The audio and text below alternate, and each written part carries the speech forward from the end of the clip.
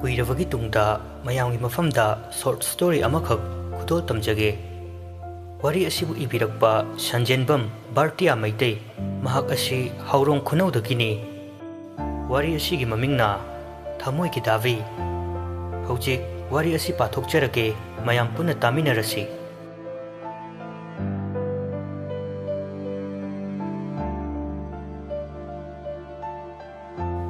ꯏꯪꯂꯤꯁꯀꯤ ꯀ꯭ꯂꯥꯁꯀꯤ ꯃꯇꯝꯅꯤ꯫ ꯅꯤꯡꯊꯤ ꯂꯥꯏꯔꯤꯛ ꯇꯥꯛꯄ ꯍꯧꯔꯛꯏ꯫ ꯃꯇꯝ ꯑꯗꯨꯗꯤ ꯁꯥꯇ꯭ꯔ ꯑꯅꯝꯕ ꯀꯣꯂꯦꯖ ꯀꯥꯅꯕ ꯃꯇꯝ ꯑꯣꯏꯗ꯭ꯔꯦ꯫ ꯄꯥꯔꯤ ꯏꯀꯥꯏꯔꯞ ꯇꯧꯅ ꯑꯣꯖꯥ ꯑꯗꯨꯗ ꯆꯪꯉꯛꯀꯦ ꯍꯥꯏꯕ ꯐꯥꯎꯕ ꯉꯝꯗꯅ ꯊꯣꯡꯖꯤꯟ ꯑꯗꯨꯗ ꯃꯃꯥꯏ ꯑꯗꯨ ꯂꯨꯛꯊꯗꯨꯅ ꯇꯨꯃꯤꯟꯅ ꯂꯦꯞꯂꯤ꯫ ꯑꯣꯖꯥ ꯑꯗꯨꯅ ꯃꯥꯒꯤ ꯃꯇꯧ ꯑꯗꯨ ꯎꯕꯗꯒꯤ ꯁꯥꯇ꯭ꯔ ꯑꯗꯨꯕꯨ ꯀꯧꯁꯤꯜꯂꯒ ꯐꯝꯍꯜꯂꯤ꯫ ꯀꯩꯒꯤꯅꯣ ꯈꯪꯗꯦ, ꯃꯤꯁ ꯅꯤꯡꯊꯤꯗꯨ ꯑꯩꯈꯣꯏꯅ ꯊꯦꯡꯅ ꯂꯥꯛꯄꯗꯗꯤ ꯑꯗꯨꯝ ꯆꯩ ꯉꯥꯡꯏ, ꯑꯗꯨꯕꯨ ꯄꯥꯔꯤꯅ ꯂꯥꯛꯄꯗꯗꯤ ꯅꯣꯡꯃꯇ ꯆꯩ ꯉꯥꯡꯗꯦ꯫ ꯀꯩꯒꯤꯅꯣ ꯍꯥꯏꯅ ꯁꯥꯇ꯭ꯔ ꯃꯌꯥꯝꯗꯨ ꯃꯃꯨꯠ ꯇꯥꯅ ꯋꯥꯔꯤ ꯁꯥꯅꯕ ꯍꯧꯔꯛꯈꯤ꯫ ꯀ꯭ꯂꯥꯁ ꯑꯗꯨ ꯂꯣꯏꯈꯤꯗꯨꯅ ꯑꯣꯖꯥ ꯅꯤꯡꯊꯤꯁꯨ ꯊꯣꯛꯈ꯭ꯔꯦ꯫ ꯉꯁꯥꯏ ꯁꯥꯇ꯭ꯔ ꯑꯇꯩꯒꯤ ꯋꯥꯍꯪꯗ ꯆꯌꯦꯠꯅꯈꯤꯕ ꯋꯥꯍꯪꯗꯨ ꯍꯪꯅꯕ ꯄꯥꯔꯤꯒꯤ ꯃꯅꯥꯛꯇ ꯃꯃꯥꯟꯅꯕꯤ ꯃꯃꯥꯟꯅꯕ ꯄꯨꯟꯅ ꯏꯀꯣꯏ ꯀꯣꯏꯅ ꯐꯝꯂꯔꯦ꯫ ꯋꯥꯍꯪꯗꯨ ꯍꯪꯅꯤꯡꯕꯒꯤ ꯃꯌꯥꯏꯅ ꯑꯣꯖꯥꯅ ꯇꯥꯛꯂꯤꯕꯗꯨ ꯅꯥꯆꯪꯗꯅ ꯁꯥꯇ꯭ꯔ ꯃꯌꯥꯝ ꯑꯗꯨ ꯄꯨꯡ ꯌꯦꯡꯗꯨꯅ ꯂꯩꯔꯛꯄꯅꯤ꯫ ꯂꯟꯆꯦꯟꯕꯅ, ꯄꯥꯔꯤ, ꯀꯩꯒꯤꯅꯣ ꯃꯤꯁ ꯅꯤꯡꯊꯤꯅ ꯅꯪꯅ ꯊꯦꯡꯅ ꯂꯥꯛꯄꯗꯗꯤ ꯆꯩꯗꯤ ꯉꯥꯡꯗ꯭ꯔꯤꯁꯦ? ꯑꯩꯈꯣꯏꯅ ꯅꯣꯡ ꯐꯥꯗꯣꯛ ꯊꯦꯡꯅ ꯂꯥꯛꯄꯗꯗꯤ ꯍꯦꯛꯇ ꯆꯩ, ꯍꯦꯛꯇ ꯉꯥꯡꯏ, ꯑꯗꯨꯒ ꯐꯨꯕꯁꯨ ꯐꯖꯅ ꯐꯨꯏ꯫ ꯑꯗꯣ ꯅꯪ ꯃꯤꯁꯀ ꯃꯆꯤꯟ ꯃꯅꯥꯎ ꯑꯣꯏꯕ꯭ꯔꯣ? ꯄꯥꯔꯤꯗꯨ ꯅꯣꯛꯐꯦꯠ ꯇꯧꯔꯒ ꯐꯥꯒꯤ ꯇꯧꯔꯛꯏ꯫ ꯃꯤꯁꯇꯣ ꯑꯩꯈꯣꯏ ꯅꯦꯅꯦꯅꯦ꯫ ꯑꯗꯨ ꯍꯥꯏꯔꯝꯂꯒ ꯄꯥꯔꯤ ꯁ꯭ꯇꯥꯐ ꯔꯨꯝꯂꯣꯝꯗ ꯌꯦꯡꯂꯛꯏ꯫ ꯄꯥꯔꯤꯅ ꯐꯝꯂꯤꯕ ꯃꯐꯝꯗꯨ ꯃꯤꯁ ꯅꯤꯡꯊꯤꯅ ꯐꯝꯂꯤꯕ ꯃꯐꯝꯗꯨꯒ ꯌꯥꯝꯅ ꯆꯥꯅꯩ꯫ ꯑꯇꯩ ꯁꯥꯇ꯭ꯔꯁꯤꯡꯅ ꯍꯥꯏꯔꯛꯏ, ꯑꯩꯈꯣꯏꯗꯤ ꯑꯗꯨ ꯃꯥꯟꯗꯦꯕꯨ꯫ ꯃꯤꯁꯁꯦ ꯅꯉꯣꯟꯗ ꯃꯤꯠꯌꯦꯡ ꯑꯃ ꯏꯇꯧ ꯇꯧꯏꯀꯣ꯫ ꯑꯩꯈꯣꯏꯁꯨ ꯈꯪꯏ ꯅꯪꯅ ꯃꯤꯁ ꯄꯥꯝꯖꯕꯗꯣ꯫ ꯃꯤꯁꯇꯀꯣ ꯍꯥꯏꯗꯣꯛꯆꯅꯤ ꯅꯪ꯫ ꯁꯤ ꯍꯥꯏꯔꯒ ꯃꯌꯥꯝꯗꯨ ꯋꯥ ꯋꯥ ꯅꯣꯛꯏ꯫ ꯃꯌꯥꯝꯅ ꯑꯗꯨꯝꯅ ꯐꯥꯒꯤ ꯇꯧꯕꯗꯨꯗ ꯄꯥꯈꯠꯇꯅ ꯄꯥꯔꯤꯅ, ꯑꯗꯨꯃꯥꯏ ꯍꯥꯏꯅꯨꯀꯣ, ꯑꯩꯅ ꯄꯥꯝꯖꯕ ꯈꯔ ꯂꯩꯌꯦ꯫ ꯃꯤꯁꯁꯦ ꯑꯣꯖꯥ ꯑꯣꯏꯕꯗ ꯌꯥꯝ ꯄꯛꯆꯩ, ꯑꯗꯨꯒꯤꯅꯦ꯫ ꯌꯥꯔꯦ ꯌꯥꯔꯦ, ꯅꯨꯡꯕꯨ ꯅꯨꯡꯁꯤꯔꯗꯤ ꯑꯣꯖꯥꯒꯤ ꯆꯩ ꯐꯥꯎꯕ ꯗꯨꯛ ꯊꯥꯔꯒ ꯊꯝꯃꯤ ꯍꯥꯏꯕꯗꯨꯅꯤ꯫ ꯃꯌꯥꯝꯗꯨ ꯑꯃꯨꯛ ꯄꯥꯔꯤꯗ ꯑꯣꯟꯁꯤꯟꯗꯨꯅ ꯋꯥ ꯋꯥ ꯅꯣꯛꯁꯤꯟꯕꯤꯔꯦ꯫ ꯄꯥꯔꯤꯗꯨ ꯋꯥ ꯃꯈꯥ ꯇꯥꯕ ꯉꯝꯗꯅ ꯃꯌꯥꯝꯒꯤ ꯐꯥꯒꯤꯗꯨꯗ ꯃꯥꯁꯨ ꯑꯗꯨꯝ ꯌꯥꯎꯁꯤꯜꯂꯦ꯫ ꯑꯦꯛꯖꯥꯝꯒꯤ ꯃꯇꯝ ꯌꯧꯁꯤꯜꯂꯛꯂꯗꯤ ꯄꯥꯔꯤ ꯀꯣꯂꯦꯖ ꯑꯅꯝꯕ ꯃꯇꯝꯗ ꯂꯦꯞꯄꯤ꯫ ꯑꯇꯩ ꯃꯇꯝꯗ ꯂꯦꯞꯄꯗꯨ ꯅꯤꯡꯊꯤꯅ ꯁꯥꯎꯗꯕꯅꯤ, ꯑꯗꯨꯕꯨ ꯑꯦꯛꯖꯥꯝ ꯃꯌꯥ ꯈꯨꯗꯤꯡꯒꯤ ꯂꯦꯞꯄꯗ ꯅꯤꯡꯊꯤ ꯁꯥꯎꯔꯛꯂꯦ꯫ ꯅꯣꯡꯃ ꯑꯦꯛꯖꯥꯝ ꯅꯨꯃꯤꯠ 35ꯅꯤ ꯋꯥꯠꯂꯤꯉꯩ ꯀꯥꯟꯗ ꯄꯥꯔꯤꯕꯨ ꯅꯤꯡꯊꯤꯅ ꯀꯧꯔꯒ ꯆꯩꯈꯤ ꯑꯃꯗꯤ ꯃꯥꯒꯤ ꯄ꯭ꯔꯣꯕ꯭ꯂꯦꯝꯁꯤꯡꯗꯨ ꯍꯪꯕ ꯍꯧꯔꯛꯈꯤ꯫ ꯄꯥꯔꯤ ꯏꯀꯥꯏ ꯅꯨꯡꯁꯤ ꯌꯥꯅꯅ ꯃꯃꯥꯏꯗꯨ ꯍꯪꯒꯠꯄ ꯉꯝꯗ ꯂꯩꯃꯥꯏ ꯑꯗꯨ ꯄꯥꯔꯤꯒꯤ ꯄꯤꯇꯅ ꯄꯨꯡꯆꯣꯠ ꯆꯣꯠꯈꯤ꯫ ꯁꯥꯇ꯭ꯔ ꯑꯇꯩꯗꯨ ꯄꯥꯔꯤꯒꯤ ꯃꯇꯧꯗꯨ ꯌꯦꯡꯗꯨꯅ ꯃꯤꯁ ꯃꯥꯕꯨ ꯁꯥꯎꯕ ꯌꯥꯎꯔꯛꯈꯤ꯫ ꯄꯥꯔꯤꯒꯤ ꯏꯃꯨꯡꯒꯤ ꯄ꯭ꯔꯣꯕ꯭ꯂꯦꯝ ꯑꯃꯗꯤ ꯑꯦꯛꯖꯥꯝ ꯃꯌꯥꯗ ꯀꯩꯒꯤ ꯀꯣꯂꯦꯖ ꯂꯦꯞꯄꯤꯕꯅꯣ ꯍꯥꯏꯕꯗꯨ ꯃꯃꯤꯠꯇꯒꯤ ꯃꯄꯤ ꯏꯔꯥ ꯍꯧꯅ ꯂꯣꯏꯅ ꯑꯃꯠꯇ ꯆꯤꯠꯊꯗꯅ ꯇꯝꯂꯛꯈꯤ꯫ ꯅꯤꯡꯊꯤꯅ ꯄꯥꯔꯤꯕꯨ ꯆꯩꯔꯤꯕꯗꯨꯁꯨ ꯅꯨꯡꯁꯤꯗꯕꯒꯤ ꯆꯩꯕ ꯅꯠꯇꯦ꯫ ꯄꯥꯔꯤꯒꯤ ꯋꯥꯗꯨ ꯇꯥꯔꯨꯕꯗ ꯅꯤꯡꯊꯤ ꯈꯪꯍꯧꯗꯅ ꯃꯤꯠꯂꯨ ꯄꯤꯔꯥꯡ ꯏꯍꯧꯔꯛꯈꯤ꯫ ꯄꯥꯔꯤꯕꯨ ꯅꯨꯡꯁꯤꯕ ꯃꯤꯠꯌꯦꯡ ꯑꯃꯗꯤ ꯄꯥꯔꯤꯒꯤ ꯄꯨꯛꯅꯤꯡ ꯊꯦꯝꯖꯤꯟ ꯋꯥꯍꯩ ꯍꯥꯏꯕꯤꯈꯤ꯫ ꯍꯥꯟꯅ ꯄꯥꯔꯤꯕꯨ ꯅꯨꯡꯁꯤꯖꯕꯗꯨ ꯃꯤꯀꯨꯞ ꯑꯗꯨꯗ ꯍꯦꯟꯅ ꯃꯇꯦꯡ ꯄꯥꯡꯈꯤ꯫ ꯅꯣꯡꯃ ꯄꯥꯔꯤꯒꯤ ꯃꯇꯧ ꯌꯦꯡꯒꯦ ꯍꯥꯏꯗꯨꯅ ꯀꯣꯂꯦꯖ ꯂꯥꯛꯄꯗ ꯀꯣꯂꯦꯖ ꯌꯧꯗ꯭ꯔꯤꯉꯩꯒꯤ ꯄꯥꯔꯤꯅ ꯍꯦꯛ ꯍꯦꯛ ꯂꯥꯛꯄ ꯂꯝꯕꯤ ꯑꯗꯨꯗ ꯅꯤꯡꯊꯤ ꯄꯥꯔꯤꯕꯨ ꯉꯥꯏꯔꯤ꯫ ꯅꯨꯃꯤꯠꯇꯨ ꯅꯣꯡꯁꯨ ꯐꯨꯗꯤꯠ ꯐꯨꯅ ꯇꯥꯏ꯫ ꯄꯥꯔꯤ ꯃꯥꯒꯤ ꯕꯦꯒꯅ ꯃꯀꯣꯛꯇꯃꯛ ꯇꯨꯞꯂꯒ ꯀꯣꯂꯦꯖ ꯇꯝꯅ ꯃꯈꯣꯡꯅ ꯌꯥꯝꯅ ꯌꯥꯡꯅ ꯆꯦꯜꯂꯛꯈꯤ꯫ ꯅꯤꯡꯊꯤ ꯄꯥꯔꯤꯕꯨ ꯎꯕꯗ ꯅꯪꯍꯧꯔꯣꯏ ꯃꯇꯥꯒꯨꯝ ꯈꯪꯀꯧ ꯀꯧꯔꯛꯏ꯫ ꯄꯥꯔꯤꯁꯨ ꯃꯥꯕꯨ ꯀꯧꯔꯤꯕꯗꯨ ꯀꯅꯥꯅꯣ ꯍꯥꯏꯅ ꯈꯣꯟꯖꯦꯜ ꯑꯗꯨꯒꯤ ꯃꯥꯏꯀꯩ ꯌꯦꯡꯂꯛꯈꯤ꯫ ꯅꯤꯡꯊꯤ ꯃꯥꯒꯤ ꯄꯤꯛꯂꯕ ꯁꯥꯇꯤꯟꯗꯨ ꯈꯟꯗꯣꯛꯂꯒ ꯄꯥꯔꯤ ꯇꯝꯅ ꯄ꯭ꯔꯞ ꯄ꯭ꯔꯞ ꯂꯥꯛꯏ꯫ ꯅꯤꯡꯊꯤꯒꯤ ꯍꯛꯆꯥꯡꯗ ꯅꯣꯡꯅ ꯆꯣꯠꯄꯗꯨ ꯈꯪꯗꯦ, ꯄꯥꯔꯤꯇꯕꯨ ꯆꯣꯠꯇ꯭ꯔꯗꯤ ꯍꯥꯏꯗꯨꯅ ꯈꯟꯈꯤꯕꯅꯤ꯫ ꯑꯣꯖꯥ ꯑꯗꯨꯒꯤ ꯃꯇꯧꯗꯨ ꯎꯕꯗ ꯍꯦꯟꯅ ꯄꯥꯝꯃꯨꯖꯕ ꯏꯅꯣꯠ ꯑꯃ ꯄꯥꯔꯤꯗ ꯍꯥꯞꯂꯛꯈꯤ꯫ ꯉꯥꯏꯍꯥꯛ ꯋꯥꯈꯜ ꯑꯃꯗ ꯇꯥꯎꯔꯤꯉꯩ ꯅꯤꯡꯊꯤꯅ ꯏꯜꯂꯛꯂꯤꯕ ꯆꯨꯅꯤꯗꯨꯅ ꯄꯥꯔꯤꯗ ꯆꯣꯠꯂꯤꯕ ꯑꯗꯨ ꯇꯩꯊꯣꯛꯄ ꯂꯣꯏꯔꯝꯃꯤ꯫ ꯅꯤꯡꯊꯤ ꯁꯥꯎꯔꯞ ꯇꯧꯅ, ꯀꯩꯒꯤꯅꯣ ꯅꯣꯡ ꯃꯔꯛ ꯑꯁꯤꯗ ꯄꯨꯡꯆꯣꯠ ꯆꯣꯠꯄ ꯃꯈꯩ ꯂꯥꯛꯂꯤꯕꯗꯨꯕꯣ? ꯅꯣꯡ ꯆꯨꯏ ꯍꯥꯏꯔꯕꯗꯤ ꯅꯣꯡ ꯈꯔ ꯄꯥꯊꯔꯒ ꯂꯥꯛꯄ ꯌꯥꯗꯕ꯭ꯔꯣ? ꯅꯤꯡꯊꯤ ꯉꯥꯏꯍꯥꯛ ꯃꯥꯒꯤ ꯁꯥꯇ꯭ꯔꯅꯤ ꯍꯥꯏꯕꯗꯨ ꯀꯥꯎꯊꯣꯛꯂꯨꯔꯦ꯫ ꯃꯥꯒꯤ ꯃꯔꯨ ꯑꯣꯏꯕ ꯃꯤ ꯑꯃꯒꯨꯝ ꯄꯥꯔꯤꯗ ꯑꯣꯏꯅꯔꯞ ꯇꯧꯔꯛꯏ꯫ ꯅꯪ ꯅꯁꯥꯒꯤ ꯈꯜꯂꯣ, ꯅꯁꯥ ꯁꯣꯛꯍꯟꯒꯅꯣ꯫ ꯍꯛꯆꯥꯡ ꯐꯕꯅ ꯂꯟꯅꯤ ꯍꯥꯏꯕꯗꯨ ꯅꯪ ꯇꯝꯂꯛꯇ꯭ꯔꯕ ꯃꯥꯜꯂꯦ꯫ asumna wari sa saduna college adu changminarei mamanawasing aduna su ure pari amadi ningthi moi anina lakpadu mayamna pari sanglakpada kamaina fagi tawsige haina khanna bahurakhi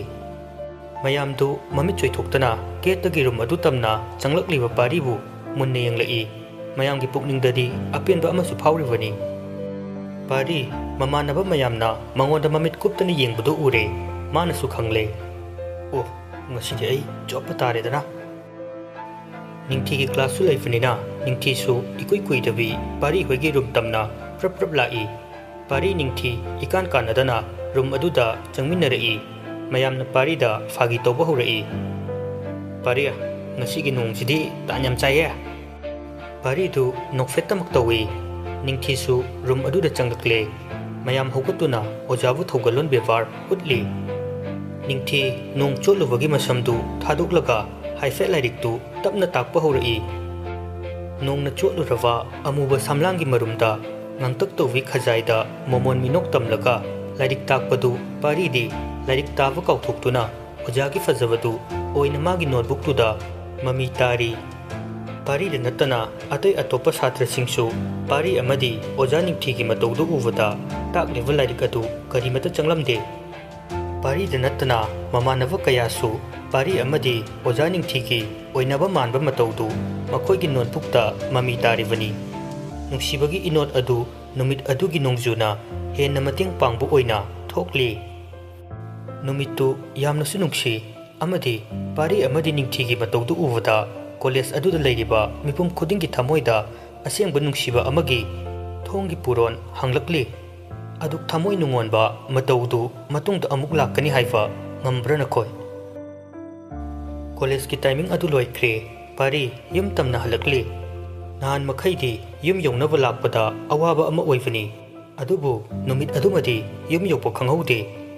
thanglakliba khongthangdu pari gi thamoida odaning thina haikhiba wahai singdu nason pikna tavugum phawri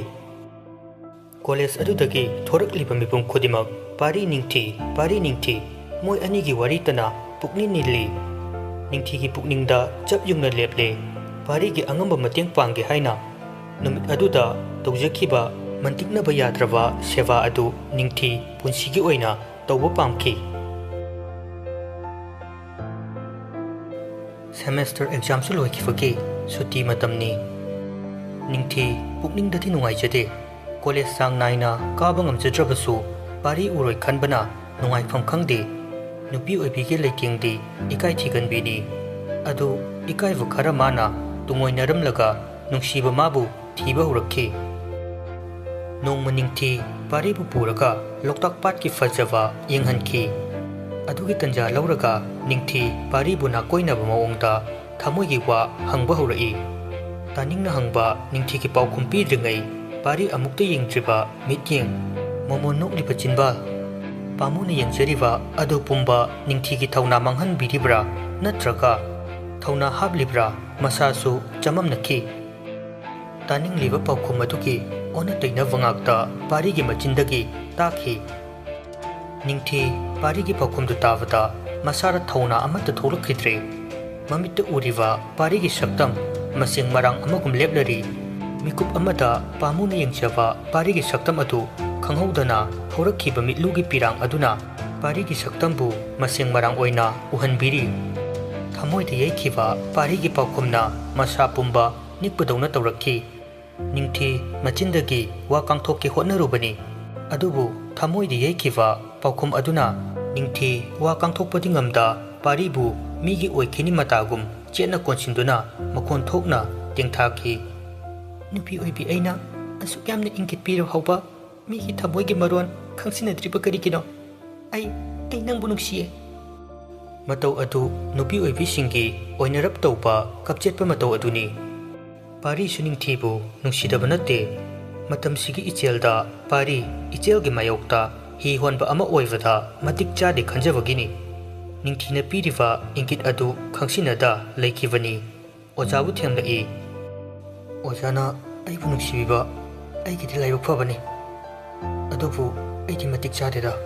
adugi sumathakta oja amadi satraga mari amana ओजागा अइगगी मरक्ता लानगमद्रबा इथत अमगुम लेप्लिवनिना अइसु कई हाइगदमनो खंगद्रे निंगथी पारीबु कोलिफदुदी थादोक्ते तनिक्लव खोजेलदा अदु मयामदु अइ नंगिदमक लेपके हाइरिदना ngaiha mitki pi adu teithoi aduga amuk makha tarai ngasidaki aina nakta leirake nangna pamdragana se gari so sipuraga nang yumda hankro aibu mafam sida thambiramo angang macha amagum ningai toba horake parina ningthibu themjinjaba yaba makai themjille adubu ningthigi ningai kankhibana ningthina haiba yaba tarami numit adu hokiduna nongale ngarang thokiba thodok adu pari mangla taibongla haina angaubogum matomta hangjari oja ningthiki pukchel angakpani pari bu karigi asuk nungsiriba amadi lairabu mabu karigi adu pamujaba ningthiki minungsi amadi pukchel adu lekai da wari oinaki pari mikap thoktaba manglan amada hojiksu mikap thoktri ningthi pari gi yumgi fibam khangbanina mau amagi phijet leiteng mana pari bu koi bu puwa aduda hapaga laglaba mali pari thu ningthi gi matau tu uvada pungak ngakle ningthi nganna hogatuna imung manggon wai sitlaba matung masana na wai tei bahurakle pari thu adumak mangmang ba leptri machinda su soli agisi mangdina tiko mang oiramagana kamdoba aibu mikap amukta di thokhan biro machinda murum sonbaduda ningthi na tar male ningthi pari gi manakta prap changai aduga pari gi masada haifet pairaga nomba horai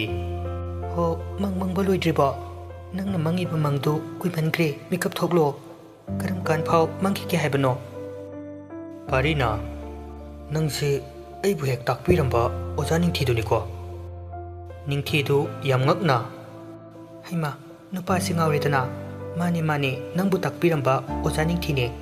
adu ngarang dagi oja oidre aigi nupa oire nangna yarese wathi thor lerano thenge hokolocho aisu thabak si loisikige asi hayam laga ningthi tu wai tainava loisinna bo hotnakre ngihak leraga laikai gi mane mandomcha pari gi pawadu tavada pari gi mayumda laklare ningthi tawriba thawung adu khara khit hen malle haibadi khanglami adu masana apamba thawai oiba mabu phangjabaduda tawriba thawung adu walivra khandorai mani aduna ningthi gi mato adu yengthoklage haina hairai ibema noigi imungna yagadabu thabuk natira tawribase aigi iyanu pa ase awa phamda ta tawribra khangdre nani akoina pangba ngamba mateng haibabu aduk ahal laman khuthokna danaba asi mangaire mani gi wafam adu ningthi munna tai adugo nokphe tawraga khumlai ine kaisu khanbironuda macha amabu mama mapa oiba kayana nusidaba leiramgadrane asi hairaga mani amadi mandomja singi cha pirare college aduda ugiva saktam atuna icham chamna ubani adubu mana uring machugi fane amadi fi laibaktana ayukta matanta maning tamna miyamgi pukning sumhatliwa durba tarakum ngaliba binti tumtak tovi naton aduda tangjeriwa chandal amadi wakchingi ulen yeivada saklon onba leitrabi tanganglaba gulab kumlabi chinba khangde ningthi sengasidi yamna phajai manena ningthi gi pawkumadu tavada peladuna adunidana aina pam pawkumadu hera moina pidaba yabrado aikhoisu leiribasidi paridu machin maya sengdokpa loire aduga mangolomda thorai hanadi thabak pumba masana nangnava hotnavani adubu ngasidi mana tawgadaba thabak ama fawba leiramdre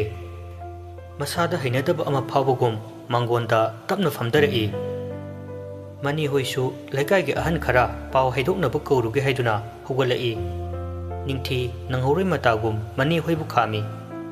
ningthi gi hobe tawbu matau amadi thabak ama tawbada nanghoroi matagum tawjava asina ningthi gi magul amani ine ahan gi oiradi haibiranuda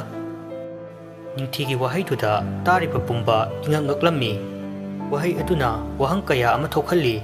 ningthi gi imungi wari taningbana mayamdu khawranglami amadi wakhanda tongan ba paukhum khumba hurai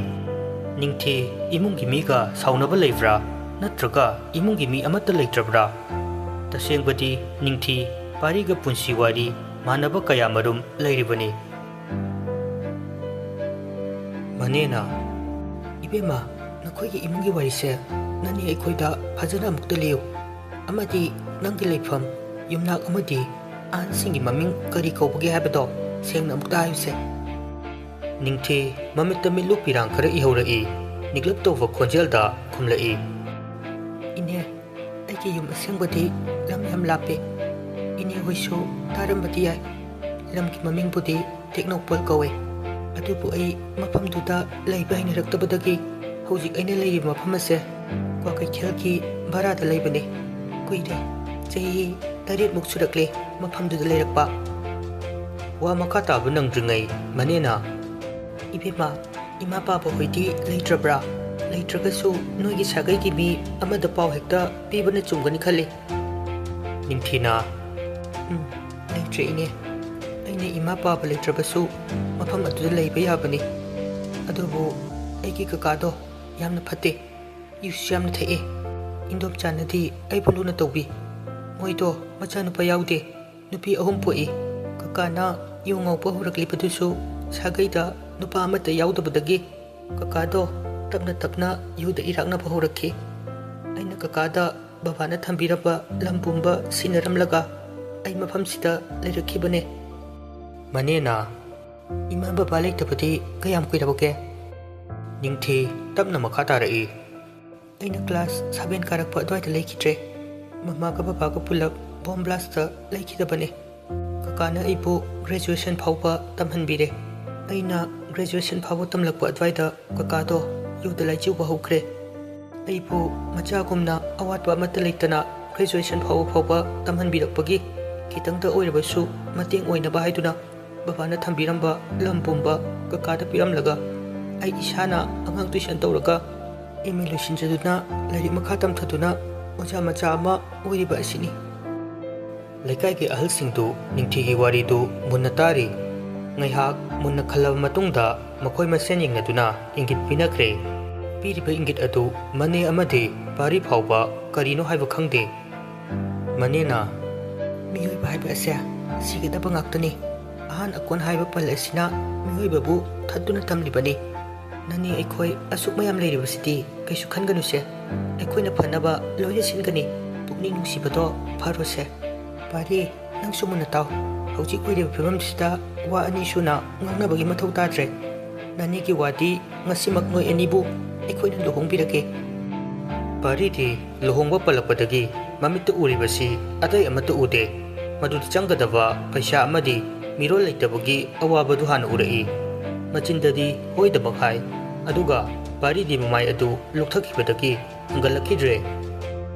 ꯅꯤꯡꯊꯤ ꯃꯅꯦꯅ ꯋꯥ ꯉꯥꯡꯕ ꯂꯣꯏꯗ꯭ꯔꯤꯉꯩ ꯄꯥꯔꯤꯒꯤ ꯃꯇꯧ ꯑꯗꯨ ꯎꯕꯗ ꯄꯥꯔꯤꯒꯤ ꯋꯥꯈꯜ ꯑꯗꯨ ꯈꯪꯕꯗꯒꯤ ꯅꯤꯡꯊꯤ ꯄꯥꯔꯤꯕꯨ ꯃꯨꯟꯅ ꯌꯦꯡꯂꯛꯏ꯫ ꯃꯤꯠꯆꯤꯅ ꯁꯝꯂꯥꯡꯅ ꯃꯈꯨꯠ ꯃꯁꯥꯅ ꯄꯤꯔꯤꯕ ꯏꯪꯒꯤꯠ ꯑꯗꯨ ꯄꯥꯔꯤꯗꯤ ꯂꯨꯞꯊꯔꯒ ꯂꯩꯕꯅꯤꯅ ꯃꯥꯅ ꯄꯤꯔꯤꯕ ꯏꯪꯒꯤꯠ ꯑꯗꯨ ꯎꯗꯦ꯫ ꯄꯥꯔꯤꯅ ꯅꯣꯡꯈꯠꯂꯛꯇ꯭ꯔꯕꯗ ꯅꯤꯡꯊꯤꯅ ꯀꯩꯒꯤꯅꯣ ꯋꯥ ꯃꯈꯥ ꯇꯥꯔꯛꯇ꯭ꯔꯤꯗꯨꯕꯣ? ꯏꯅꯦ ꯍꯣꯏꯅ ꯑꯩꯈꯣꯏꯒꯤ ꯐꯅꯕ ꯁꯤꯜꯂꯤꯕ ꯑꯁꯤꯗ ꯌꯥꯅꯤꯡꯗꯕ ꯌꯥꯎꯕ꯭ꯔꯣ? ꯄꯥꯔꯤꯗꯤ ꯅꯤꯡꯊꯤꯒꯤ ꯋꯥꯗꯨ ꯇꯥꯕꯗ ꯑꯗꯨ ꯅꯠꯇꯦ ꯍꯥꯏꯕ ꯃꯇꯥꯒꯨꯝ ꯅꯤꯡꯊꯤꯗ ꯐꯠ ꯌꯦꯡꯂꯛꯏ꯫ ꯄꯥꯔꯤꯗꯤ ꯃꯤꯉꯣꯟꯗ ꯍꯥꯟꯅꯗꯒꯤꯁꯨ ꯃꯤ ꯑꯃꯗ ꯋꯥ ꯑꯃꯠꯇ ꯍꯥꯏꯖꯕ ꯅꯣꯟꯖꯕ ꯉꯝꯖꯗꯕ ꯃꯤꯁꯛꯅꯤ꯫ ꯉꯁꯥꯏ ꯑꯍꯟ ꯈꯔꯅ ꯄꯤꯈ꯭ꯔꯤꯕ ꯏꯪꯒꯤꯠ ꯑꯗꯨꯒꯤ ꯄꯥꯎꯈꯨꯝ ꯑꯣꯏꯅ ꯄꯥꯔꯤꯒꯤ ꯌꯨꯝꯗ ꯒꯥꯔꯤ ꯑꯅꯤ ꯊꯧꯖꯤꯜꯂꯛꯏ꯫ ꯊꯧꯖꯤꯜꯂꯛꯂꯤꯕ ꯒꯥꯔꯤ ꯑꯅꯤꯗꯨ ꯑꯇꯩ ꯑꯇꯣꯞꯄ ꯒꯥꯔꯤ ꯑꯃꯠꯇ ꯅꯠꯇꯦ꯫ ꯒꯥꯔꯤ ꯑꯃꯅ ꯁꯥꯎꯟ ꯑꯃꯗꯤ ꯑꯣꯄꯔꯦꯇꯔ ꯌꯥꯎꯕ ꯒꯥꯔꯤꯅꯤ꯫ ꯑꯗꯨꯒ ꯒꯥꯔꯤ ꯑꯃꯅ ꯃꯤꯌꯥꯝ ꯇꯤꯟꯕ ꯃꯐꯝꯗ ꯐꯤꯖꯦꯠ ꯂꯩꯇꯦꯡꯂꯤꯕ ꯐꯤꯖꯪ ꯈꯟꯕ ꯒꯥꯔꯤꯅꯤ꯫ ꯅꯤꯡꯊꯤꯗꯨ ꯇꯤꯡꯉꯛ ꯇꯤꯡꯉꯛ ꯌꯦꯡꯉꯤ, ꯑꯗꯨꯒ ꯋꯥꯈꯜꯗ ꯃꯇꯣꯝꯇ ꯈꯜꯂꯤ, ꯀꯩꯒꯤꯅꯣ ꯂꯩꯀꯥꯏꯒꯤ ꯑꯍꯟꯁꯤꯡꯁꯤꯕꯨ ꯋꯥꯁꯨ ꯑꯃꯠꯇ ꯉꯥꯡꯗꯦ? ꯇꯧꯔꯛꯂꯤꯕ ꯊꯕꯛꯁꯤꯡꯁꯤꯅ ꯀꯔꯤꯅꯣ? ꯃꯊꯃꯣꯏꯗꯁꯨ ꯃꯊꯨꯝ ꯃꯔꯥꯡ ꯍꯧꯗꯕ ꯅꯠꯇꯦ꯫ ꯃꯅꯦꯅ ꯅꯤꯡꯊꯤꯒꯤ ꯄꯨꯛꯅꯤꯡꯗ ꯈꯪꯖꯕꯗꯨ ꯈꯪꯂꯗꯨꯅ ꯐꯥꯒꯤ ꯇꯧꯔꯛꯏ꯫ ꯄꯥꯔꯤ, ꯅꯪꯅ ꯅꯨꯡꯇꯤꯒꯤ ꯁꯨꯕ ꯆꯠꯄ ꯊꯕꯛꯇꯣ ꯉꯁꯤꯗꯤ ꯃꯄꯨꯗ ꯐꯔꯛ ꯇꯥꯔꯅꯤ, ꯂꯥꯛꯂꯔꯣꯏ꯫ ꯍꯌꯦꯡ ꯉꯟꯇꯥ ꯂꯦꯞꯇꯅ ꯁꯨꯒꯦ ꯍꯥꯏꯔꯁꯨ ꯆꯠꯂꯨ꯫ ꯄꯥꯔꯤꯗꯤ ꯉꯁꯥꯏꯗꯒꯤ ꯃꯪꯂꯒ ꯂꯩꯔꯤꯕ ꯃꯊꯛ ꯑꯗꯨꯗ ꯃꯪ ꯑꯃꯨꯛ ꯃꯪꯈ꯭ꯔꯕꯅꯤ꯫ ꯅꯤꯡꯊꯤꯗꯤ ꯄꯥꯔꯤꯕꯨ ꯆꯠꯍꯟꯅꯤꯡꯗꯕ ꯃꯤꯠꯌꯦꯡ ꯑꯃꯗ ꯈꯥꯝꯕꯒꯨꯝ ꯊꯣꯛꯂꯤ꯫ ꯈꯣꯟꯖꯦꯜꯗ ꯏꯅꯦ, थबकनो निंथीना पारीबु थादोकनिंगदबा मनाक्ता लेहनिंगबा मतौ अदु वहंग असिना मयेक सेंगना ताकली खंगदे निंथीसी अनौबी हाइबा मिंथोंदु फंगलमदाइगिरा कइनो माना पारीसी मागे ममितना उबा मफम खुदिमक्ता थमनिंगबगुम तौई खंगहौदे मनेदु नोकनिंगबा फावरबा माले हाइफेट नुकलगा हाइरई इबेमा अनौबी ओइबसे यामना नुंगाइबनी चानी थकनी काउबनीको लेकाइगे अहलसिंग अदुसु फिजंग खनबा लोइख्रे साउन कैकासु पानसिनबा लोइरे अदुगा पारीबु अमुक कौरई अदुगा हाइरई नंगसे लाइना चानबा अखोइना नुंसिबा अंगांगनी नंगीदमक्ता अखोइ मयाम लेरिबसदि नंग करिमता खनगनुको अखोइना फनबा सिनख्रबनी मैहाक लेरदि मी लाक्नरनी करिगी नंगबु पिकना होंगदोरिबनो नंगी नानी होइदना नुपी मयुम ओहेनगनी अदुगा मसीदा चंगदोरिबा पैसा पुंबा अखोइना लोइना पुथोकनी नंगना पुथोकबा यारोय पारी ममा मपा लेजद्रबसु लेकाइगी मीना माबु मचागुमना नुंसिबा अंगांगनी लेकाइगी मी नुंसिदु उबदा पारी पुकनिंगदु नुंसिदुना ममित्ता मपी इराहुरई ngसाइदगी तुमिना लेरिबा निंगथीसु पारीदा पीरिबा मिनुंगसी अदु उबदा मपुकनिंग नुंसिबा फावरखी खंगद्रे मियोइबा हाइबसे कप्पा हाइबा थबक असि लेरमद्रगदी फना वाना खंगलमगनी हरावरे कप्पा वारे कप्पा महाक असि पुंसीसिगी मरु ओइबा मथेल अमनी नुमित अदुदा पारी अमदी निंगथी लेरांग माबु अंगाउबी लही माबु पामुले लेना माबु लोसिनलै चुमना परेंग लेंगदुना नुंसी माबु पुनबगुम तनाइद्रबा लंगलाना लेरांग माबु पुनसिनजै जोइथोक्त्रबा वाखनगा लोइनाना नुंसी अनिगी ngaksamda नुंसीबंदी ओइररे मथंगी अयुकनी निंगथी इमुंगदा थबक इंखांग लोइसिली पारी सुमपानदा थोरक्तुना असुम हंगत हंदा चत्तुना लेरी पारीना कोंथोंगलोमदा ओंथोरक्पा मतमदा मियाम हौदुना पारीगी लाइरबा पाखन अदुदा शरुक याररे पारीदु ngakladuna pakhatna masadu inik nikna इमुंगलोमदा ओनसिनदुना हाइरई ओजा मपानदमता थोकपिरो निंगथीसु मसादा चिंगनबा अमा फावरक्तुना मपानदा प्रप प्रप थोरई लेरमलिबा मियामदु उबदा निंगथी मसादा इकाइबा हंगोइबा अमदि फावकिदबा नत्ते मियामदुना पारीगी पिकलबा हिंगोल अदु पिक हेक थनबा मखै चारांगनबा खोंजेल अमगा लोइनना लेबलरे लाक्लिबा मियामदु अतै कनासु नत्ते मखोइगी कॉलेजकी ओजा अमदि छात्रसिंगनी निंगथी अमदि पारीगी याइफमंगोन पीबा लाक्लिबनी ओजा अमदि छात्रसिंगना अंगंबा खुदोन पारी अमदि निंगथीदा पीररे मयाम अदु मखोइ अनिगी मतौदु उबदा पेनबा हेमंदुना नोकपसु कोंगाइनी अदुगा पुकनिंग नुंसीना कप्पसु कोंगाइनी मफम अदु पुंगलांग हेकलांगी मयामगी अंगम अंगंबा खुदोन पीबा लोइसिलक्ले सेमेस्टर एग्जाम लोइखिबगी सांगलबा सुटी लेरुबा असिदा कनागुंबी अमगी थमोइदा अवाबा पोलुम पुदबदि नत्ते मयामदु खुदोल पीरमलगा हनखरे पीरमलिबा खुदोलसिंग अदु निंगथी अमदि पारी होंजिनबदा अवाबा अमसु ओइरबनी मयामना पीरमलिबा खुदोलसिंग मरक्तगी ईतना इवा चिठी अमखक पारीना उरे निंगथीना उद्रिङै चिठी अदुबु पारुबदगी पारीगी थमोइदा चिंगनबा अमा लेरमबदु कोखिबगुम तौई मसादु इनुंग नुंगाइतबसु फावरई चिठी अदुगी वारोइसिन अदु येंगलगा महाक चिठीदु खुमजिनख्रे चिठीगी वारोइसिन अदुदा इरे थमोइगी दाबी वहाई अनीसिना करीबु फोंदोकलिबा करीगिदमक चिठी अदु ईतना इरिबनो चिठी अदुबु पारबा मतुंगदा पारीना चिंगनबा करमना कोखिबनो पारी मसागी इमुंग पुनबा होटनबदा कॉलेज चटनबा होटनबदा चाक थोंगगा चाबा नंगजबा मिसक नत्ते मरक असिदा कनागुंबा मी अमना पारीगी अवाटपा अदु मेनबा होटनजबा मी लेतबा नत्ते लुरिबदी मतेंग पांगलिबा मिसक्तु कनानो खंगदबा असिनी मरम असिना पारीगी असोइबा अमा ओइरिबनी करिगुंबा दावी अमा तानबा हाइबसी मिसक अमा खकना तालबदी तालिबा दावी अदुगी मगुन लेते नुमितुगी मियामना लाक्लिबदुगी मरक्ता महाकसु थमोइगी दावी अदु तानबमकनी अदुबु लालिबसी कनानो तालिबा दावी अदु कनागिसु नत्ते पारीबु मतम चुप्पदा सेनजरिबा सकलोटपी नुंगोनवी मागी थमोइगी दावीनी ꯏꯇꯅ ꯏꯔꯒ ꯊꯝꯂꯝꯂꯤꯕ ꯗꯥꯕꯤ ꯑꯗꯨꯕꯨ ꯐꯪꯕ ꯑꯣꯏꯊꯣꯛꯈꯤꯒꯗ꯭ꯔꯥ? ꯂꯨꯍꯣꯡꯕ ꯂꯣꯏꯈ꯭ꯔꯕ ꯃꯇꯨꯡꯗ ꯅꯨꯃꯤꯠ ꯈꯔꯅꯤ ꯍꯧꯈ꯭ꯔꯦ꯫ ꯅꯤꯡꯊꯤ ꯀꯣꯂꯦꯖ ꯆꯠꯇꯕ ꯌꯥꯗ꯭ꯔꯦ꯫ ꯀꯣꯂꯦꯖꯀꯤ ꯄ꯭ꯔꯤꯟꯁꯤꯄꯥꯜꯅ ꯆꯦ ꯊꯥꯔꯛꯂꯦ꯫ ꯅꯤꯡꯊꯤꯁꯨ ꯆꯠꯇꯕ ꯌꯥꯗ꯭ꯔꯗꯨꯅ ꯀꯣꯂꯦꯖ ꯆꯠꯄ ꯍꯧꯔꯝꯃꯤ꯫ ꯑꯣꯖꯥ ꯅꯤꯡꯊꯤꯗꯨ ꯂꯥꯛꯄ ꯎꯕꯗ ꯃꯌꯥꯝꯗꯨꯅ ꯃꯤꯁ ꯄꯥꯔꯤꯗꯨ ꯄꯨꯕꯤꯔꯛꯑꯣ, ꯃꯥ ꯂꯥꯛꯇꯕꯁꯤ ꯑꯩꯈꯣꯏ ꯌꯥꯝꯅ ꯅꯨꯡꯉꯥꯏꯇꯦ ꯍꯥꯏꯗꯨꯅ ꯐꯥꯒꯤ ꯇꯧꯕꯁꯨ ꯌꯥꯎꯔꯤ꯫ ꯅꯤꯡꯊꯤ ꯅꯣꯛꯐꯦꯠꯇꯃꯛ ꯇꯧꯏ, ꯋꯥ ꯃꯈꯥꯗꯤ ꯇꯥꯗꯦ꯫ ꯀ꯭ꯂꯥꯁ ꯑꯗꯨ ꯂꯣꯏꯔꯕ ꯃꯇꯨꯡꯗ ꯅꯤꯡꯊꯤ ꯀ꯭ꯂꯥꯁꯇꯒꯤ ꯊꯣꯛꯈ꯭ꯔꯦ꯫ ꯅꯨꯡꯉꯣꯟꯅꯕꯤꯗꯤ ꯀꯣꯂꯦꯖ ꯂꯥꯛꯏ ꯍꯥꯏꯕꯗꯃꯛꯅꯤ ꯑꯣꯖꯥꯅ ꯉꯥꯡꯕ ꯆꯩꯕ ꯃꯅꯥꯗ ꯆꯪꯗꯦ꯫ ꯑꯃꯨꯛꯁꯨ ꯕꯦꯟꯁꯇ ꯉꯥꯊꯗꯨꯅ ꯍꯤꯞꯄꯤ, ꯑꯃꯨꯛꯁꯨ ꯍꯧꯒꯠꯂꯤ, ꯑꯗꯨꯒ ꯄꯥꯔꯤꯅ ꯐꯝꯂꯝꯕ ꯕꯦꯟꯁ ꯑꯗꯨꯗ ꯌꯦꯡꯉꯤ꯫ ꯈꯪꯍꯧꯗꯦ ꯃꯈꯣꯟ ꯊꯣꯛꯅ ꯀꯞꯊꯣꯔꯛꯏ꯫ ꯅꯨꯡꯉꯣꯟꯅꯕꯤꯒꯤ ꯃꯇꯧꯁꯤ ꯇꯁꯦꯡꯅ ꯅꯨꯡꯉꯥꯏꯇꯦ꯫ ꯃꯥꯅ ꯄꯥꯔꯤꯕꯨ ꯅꯨꯡꯁꯤꯖꯕ, ꯀꯩ ꯋꯥꯠꯂꯤꯕꯅꯣ ꯍꯥꯏꯅ ꯌꯦꯡꯁꯤꯟꯖꯕ ꯑꯗꯨ ꯄꯨꯝꯕ ꯃꯃꯜ ꯑꯃꯠꯇ ꯂꯩꯇꯕꯒꯨꯝ ꯇꯧꯈꯤꯕ ꯑꯗꯨꯗ ꯃꯇꯣꯝꯇ ꯑꯃꯨꯛꯁꯨ ꯋꯥꯔꯧꯖꯩ꯫ ꯅꯨꯡꯉꯣꯟꯅꯕꯤꯁꯤ ꯇꯁꯦꯡꯅ ꯉꯥꯎꯔꯦ꯫ ꯆꯥꯕꯒꯤ ꯃꯍꯥꯎ, ꯅꯣꯛꯄꯒꯤ ꯅꯨꯡꯉꯥꯏꯕ ꯃꯥ ꯀꯔꯤꯃꯠꯇ ꯈꯪꯈꯤꯗ꯭ꯔꯦ꯫ ꯉꯥꯟꯊꯣꯏꯅ "ꯀꯩꯒꯤꯅꯣ ꯋꯥꯈꯜ ꯁꯣꯟꯊꯔꯤꯗꯨꯕꯣ? ꯀꯩꯁꯨꯝ ꯈꯟꯒꯅꯨ, ꯄꯨꯟꯁꯤ ꯍꯥꯏꯕꯁꯦ ꯁꯤ ꯉꯥꯛꯇꯅꯤ, ꯄꯨꯝꯅꯃꯛ ꯃꯥꯌꯣꯛꯅꯒꯗꯕꯅꯤ, ꯊꯧꯅꯥ ꯂꯩꯌꯣ, ꯈꯥꯡꯕ ꯀꯜꯂꯣ, ꯅꯣꯡꯃꯗꯤ ꯏꯁꯣꯔꯅ ꯅꯪꯒꯤ ꯑꯋꯥꯕ ꯎꯕꯤꯔꯛꯀꯅꯤꯌꯦ꯫ ꯅꯪꯅ ꯑꯗꯨꯝꯅ ꯂꯩꯔꯒ ꯑꯩꯈꯣꯏ ꯀꯃꯥꯏꯅ ꯅꯨꯡꯉꯥꯏꯅ ꯂꯩꯒꯗꯣꯏꯅꯣ? ꯇꯣꯛꯑꯣꯁꯦ, ꯋꯥꯈꯟꯗꯣ ꯌꯥꯝ ꯍꯦꯟꯖꯤꯟꯅ ꯈꯜꯂꯨꯔꯒꯅꯨ"꯫ ꯑꯁꯨꯝꯅ ꯀꯣꯂꯦꯖꯀꯤ ꯃꯇꯝꯁꯨ ꯂꯣꯏꯁꯤꯟꯈ꯭ꯔꯦ꯫ ꯅꯨꯡꯉꯣꯟꯅꯕꯤꯒꯤ ꯅꯨꯡꯉꯥꯏꯇ꯭ꯔꯤꯕ ꯑꯗꯨꯗꯤ ꯃꯌꯦꯡ ꯇꯥꯕ ꯂꯩꯇ꯭ꯔꯤ꯫ ꯅꯤꯡꯊꯤꯁꯨ ꯀꯣꯂꯦꯖ ꯍꯜꯂꯛꯂꯦ, ꯏꯃꯨꯡꯒꯤ ꯋꯥꯏꯔꯝ ꯁꯤꯠ ꯁꯦꯡꯂꯤ꯫ ꯀꯣꯂꯦꯖ ꯍꯜꯂꯛꯄ ꯃꯇꯝꯗ ꯄꯥꯔꯤꯗꯨ ꯂꯩꯔꯝꯗꯕꯅꯤ꯫ ꯑꯗꯨ ꯊꯣꯡꯒꯥꯜꯂꯣꯝꯗꯒꯤ ꯆꯦ ꯑꯃ ꯄꯥꯏꯔꯒ ꯆꯪꯂꯛꯏ꯫ ꯃꯥꯏꯊꯣꯡꯗ ꯃꯣꯃꯣꯟꯗꯤ ꯅꯣꯛꯏ, ꯑꯗꯨꯕꯨ ꯀꯣꯛꯊꯛꯇ ꯀꯔꯤꯒꯨꯝꯕ ꯑꯔꯨꯝꯕ ꯑꯃ ꯂꯩꯕꯒꯨꯝꯅ ꯅꯨꯡꯉꯥꯏꯐꯝꯗꯤ ꯈꯪꯂꯝꯗꯦ꯫ "ꯀꯗꯥꯏꯗ ꯆꯠꯄꯤꯔꯨꯕꯅꯣ? ꯑꯩꯅ ꯍꯜꯂꯛꯄꯗ ꯂꯩꯔꯝꯗꯕꯁꯤꯗꯤ ꯅꯨꯡꯉꯥꯏꯇ꯭ꯔꯤꯅꯦ"꯫ ꯁꯤꯠꯂꯝꯂꯤꯕ ꯁꯨꯝꯆꯤꯠ ꯑꯗꯨ ꯉꯥꯏꯍꯥꯛ ꯂꯦꯞꯂꯒ ꯄꯥꯔꯤꯒꯤ ꯃꯅꯥꯛꯇ ꯆꯪꯁꯤꯜꯂꯛꯏ꯫ ꯅꯤꯡꯊꯤ ꯀꯣꯂꯦꯖꯇꯗꯤ ꯄꯥꯔꯤꯁꯤ ꯃꯥꯒꯤ ꯁꯥꯇ꯭ꯔꯅꯤ, ꯑꯗꯨꯒ ꯌꯨꯝꯗꯅ ꯃꯥꯒꯤ ꯃꯔꯨꯑꯣꯏꯕ, ꯃꯥꯒꯤ ꯏꯁꯣꯔꯃꯛꯅꯤ ꯈꯜꯂꯤꯕ ꯃꯤꯁꯛ ꯑꯃꯅꯤ꯫ ꯃꯥꯅ ꯀꯣꯂꯦꯖ ꯍꯜꯂꯛꯂꯒ ꯏꯃꯨꯡꯒꯤ ꯊꯕꯛ ꯍꯣꯠꯅꯖꯕꯅꯤꯅ ꯀꯨꯆꯨꯗꯨ ꯇꯥꯏꯐꯦꯠ ꯇꯥꯔꯦ꯫ ꯄꯥꯔꯤ ꯅꯤꯡꯊꯤꯒꯤ ꯑꯗꯨꯒꯨꯝꯂꯕ ꯁꯛꯇꯝ ꯑꯗꯨ ꯎꯕꯗ ꯉꯁꯥꯏꯗꯒꯤ ꯃꯀꯣꯛꯇ ꯑꯔꯨꯝꯕ ꯑꯃ ꯂꯩꯔꯝꯂꯤꯕꯗꯨ ꯈꯔꯗꯪ ꯑꯣꯏꯔꯕꯁꯨ ꯀꯥꯎꯊꯣꯛꯏ, ꯑꯗꯨꯒ ꯍꯥꯏꯔꯛꯏ, "ꯀꯩꯁꯨ ꯆꯠꯇꯦꯗ, ꯂꯣꯟ ꯑꯃ ꯇꯥꯟꯅꯕꯅꯤ, ꯑꯗꯨꯒꯤ ꯆꯦꯅꯦ"꯫ ꯑꯁꯤ ꯍꯥꯏꯔꯒ ꯅꯤꯡꯊꯤꯗ ꯅꯨꯡꯁꯤꯕ ꯃꯤꯠꯌꯦꯡꯅ ꯅꯤꯡꯊꯤꯒꯤ ꯑꯋꯥꯕꯗꯨ ꯀꯣꯛꯍꯟꯕꯤꯔꯝꯃꯤ꯫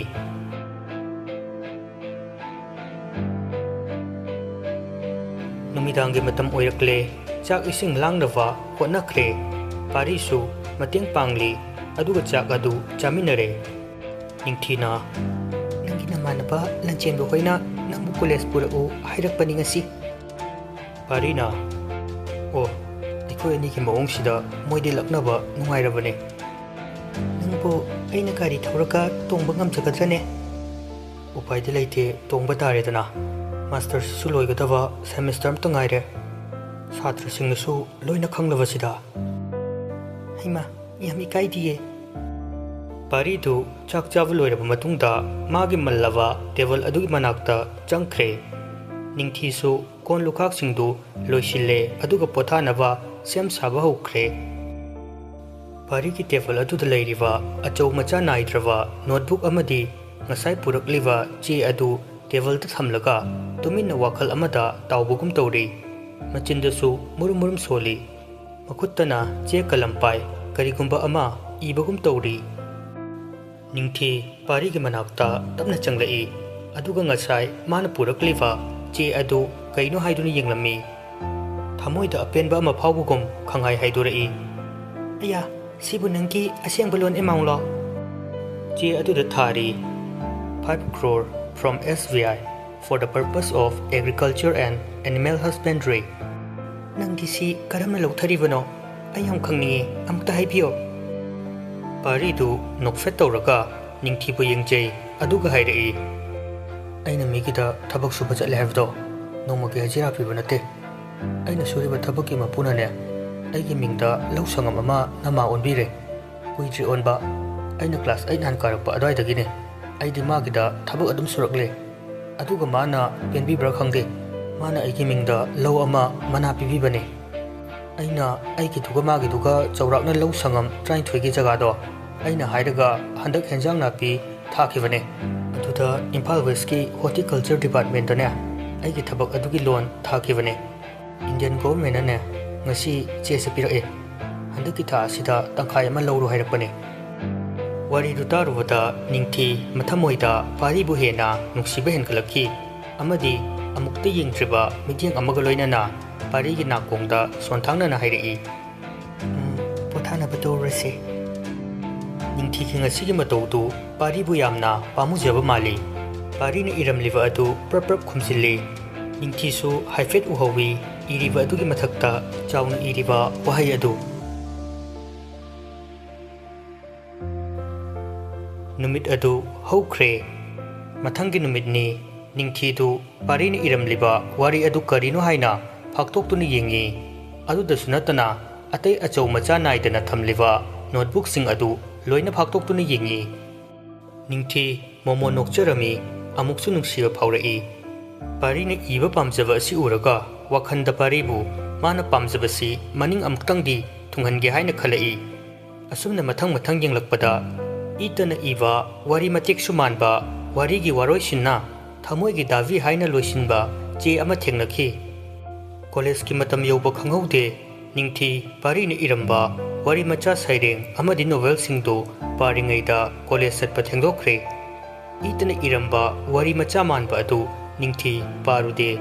ꯐꯖꯅ ꯑꯃꯨꯛ ꯍꯥꯞꯆꯤꯜꯂꯦ ꯑꯗꯨꯒ ꯃꯐꯝ ꯆꯥꯅ ꯍꯥꯟꯅꯒꯨꯝ ꯊꯅꯝꯃꯤ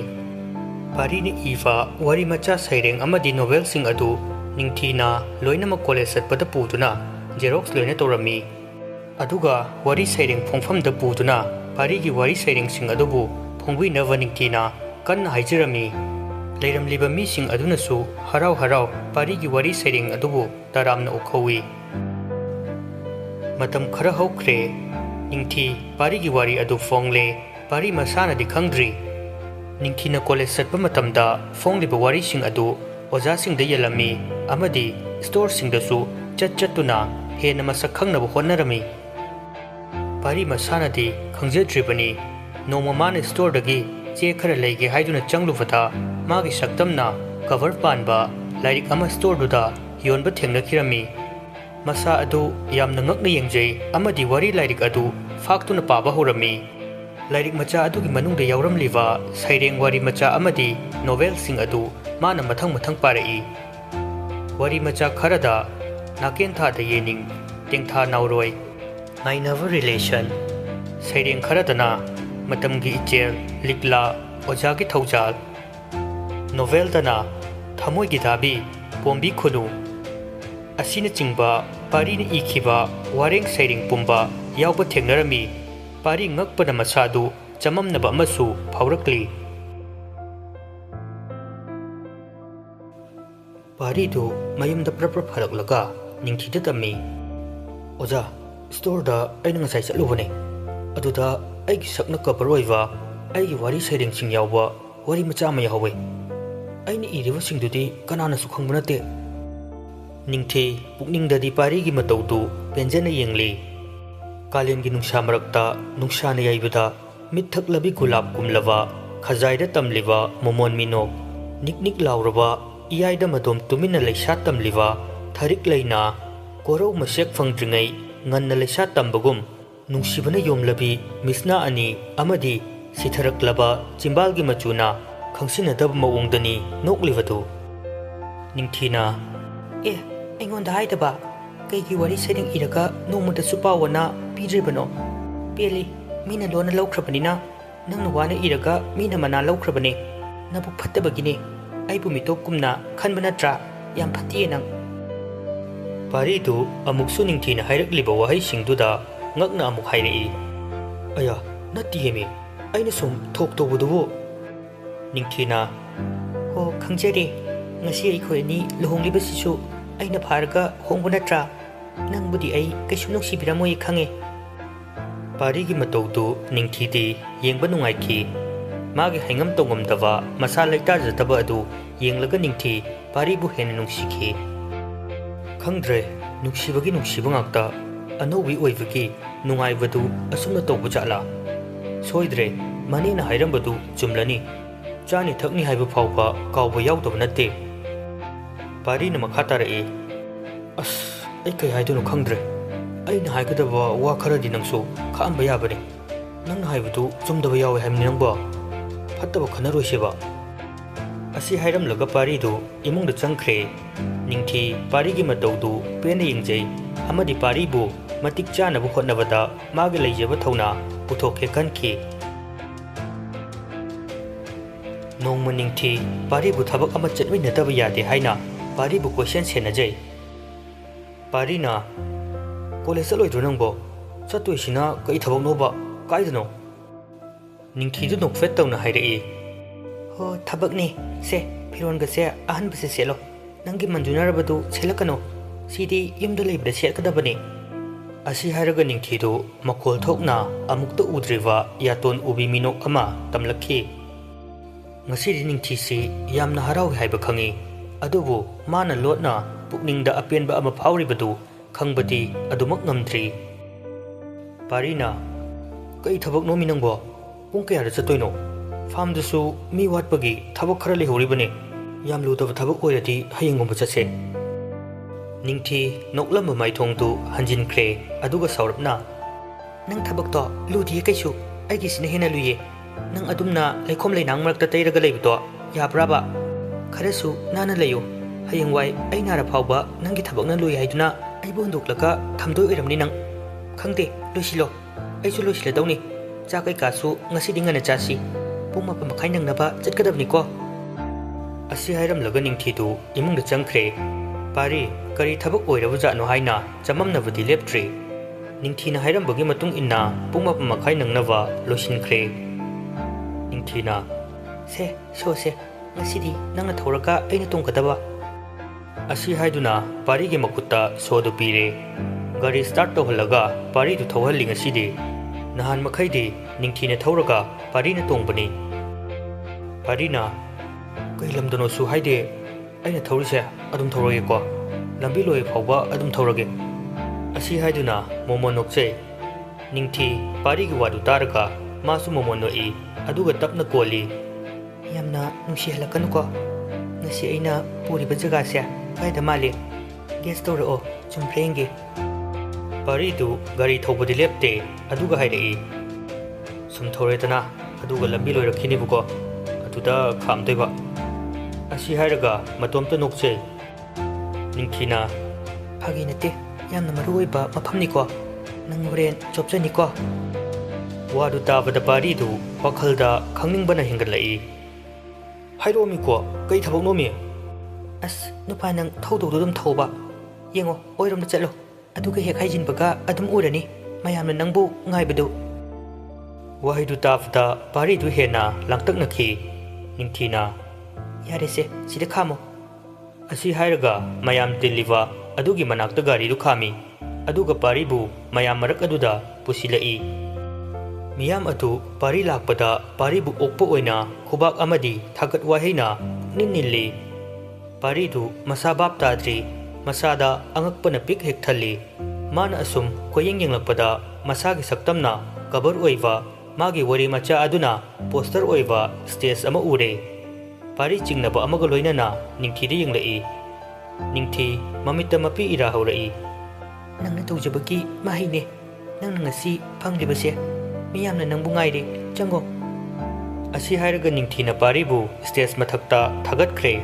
ꯅꯤꯡꯊꯤ ꯁ꯭ꯇꯦꯖꯇꯨꯒꯤ ꯃꯅꯥꯛꯇ ꯃꯃꯥꯡ ꯑꯣꯏꯔꯞꯅ ꯐꯝꯃꯤ ꯄꯣꯁꯇꯔ ꯑꯗꯨꯒꯤ ꯋꯥꯔꯣꯟꯗ ꯆꯥꯎꯅ ꯊꯥꯔꯤ junior writer award of 2021 celebration ꯍꯥꯏꯅ ꯄꯥꯔꯤꯗꯨ ꯁ꯭ꯇꯦꯖ ꯃꯊꯛ ꯑꯗꯨꯗ ꯂꯩꯔꯦ ꯃꯌꯥꯝꯅ ꯃꯥꯒꯤ ꯄꯨꯟꯁꯤ ꯋꯥꯔꯤ ꯑꯃꯗꯤ ꯇꯨꯡꯗ ꯍꯧꯔꯛꯂꯤꯕ ꯑꯏꯕꯁꯤꯡꯗ ꯇꯝꯅꯤꯡꯕ ꯋꯥꯍꯩꯁꯤꯡ ꯍꯪꯕ ꯍꯧꯔꯛꯏ ꯄꯥꯔꯤ ꯅꯨꯄꯥ ꯑꯣꯏꯖꯔꯕꯁꯨ ꯑꯁꯨꯛ ꯄꯨꯛꯅꯤꯡ ꯅꯨꯡꯁꯤꯕ ꯃꯑꯣꯡꯁꯤꯗꯤ ꯊꯤꯡꯕ ꯉꯝꯍꯧꯗꯦ ꯃꯤꯠꯇꯒꯤ ꯄꯤꯁꯨ ꯅꯤꯡꯊꯤꯅ ꯇꯧꯔꯤꯕ ꯎꯠꯂꯤꯕ ꯅꯨꯡꯁꯤꯕꯒꯤ ꯃꯤꯃꯥꯡꯗ ꯄꯤꯔꯥꯡꯅ ꯄꯥꯎꯈꯨꯝ ꯄꯤꯔꯤ ꯃꯤꯌꯥꯝ ꯑꯅꯝꯕꯅ ꯉꯥꯏꯔꯤꯕꯗꯨꯁꯨ ꯃꯥꯒꯤ ꯄꯨꯟꯁꯤ ꯋꯥꯔꯤ ꯑꯗꯨꯕꯨꯅꯤ ꯄꯥꯔꯤ ꯃꯥꯒꯤ ꯄꯨꯟꯁꯤ ꯋꯥꯔꯤ ꯂꯤꯕ ꯍꯧꯔꯛꯂꯦ ꯑꯣꯖꯥ ꯅꯤꯡꯊꯤ ꯑꯃꯗꯤ ꯃꯥꯅ ꯀꯣꯂꯦꯖ ꯂꯥꯏꯐꯀꯤ ꯃꯇꯥꯡꯗꯨ ꯌꯧꯔꯛꯄꯗ ꯃꯤꯌꯥꯝꯒꯤ ꯊꯃꯣꯏꯕꯨ ꯈꯨꯗꯨꯝ ꯆꯟꯈꯤ ꯄꯥꯔꯤ ꯇꯅꯤꯛꯂꯕ ꯈꯣꯟꯖꯦꯜꯗ ꯍꯥꯏꯔꯛꯏ ꯑꯣꯖꯥ ꯅꯤꯡꯊꯤꯕꯨ ꯃꯤꯃꯥꯡꯗ ꯁꯛ ꯇꯥꯛꯄ ꯑꯣꯏꯅ ꯁ꯭ꯇꯦꯖ ꯑꯗꯨꯗ ꯄꯥꯔꯤꯅ ꯃꯥꯒꯤ ꯅꯨꯄꯤ ꯑꯣꯖꯥ ꯅꯤꯡꯊꯤꯕꯨ ꯀꯧꯈꯠꯂꯤ ꯃꯤꯌꯥꯝꯗꯨ ꯑꯣꯖꯥ ꯅꯤꯡꯊꯤꯕꯨ ꯎꯕꯗ ꯍꯔꯥꯎꯕ ꯅꯨꯡꯁꯤꯕ ꯐꯥꯎꯔꯝꯃꯤ ꯃꯐꯝꯗꯨ ꯃꯤꯌꯥꯝꯅ ꯄꯨꯡꯂꯥꯡ ꯍꯤꯛꯂꯥꯡꯏ ꯄꯥꯔꯤ ꯅꯤꯡꯊꯤ ꯍꯥꯏꯗꯨꯅ ꯁꯣꯟꯅꯍꯧꯔꯤ ꯀꯔꯝꯅ ꯋꯥꯔꯤ ꯃꯆꯥꯁꯤꯡ ꯑꯁꯤꯕꯨ ꯐꯣꯡꯂꯤꯕꯅꯣ ꯍꯥꯏꯕꯗꯨ ꯅꯤꯡꯊꯤ ꯑꯃꯠꯇ ꯆꯤꯊꯗꯅ ꯃꯤꯌꯥꯝꯗ ꯐꯣꯡꯗꯣꯛꯂꯦ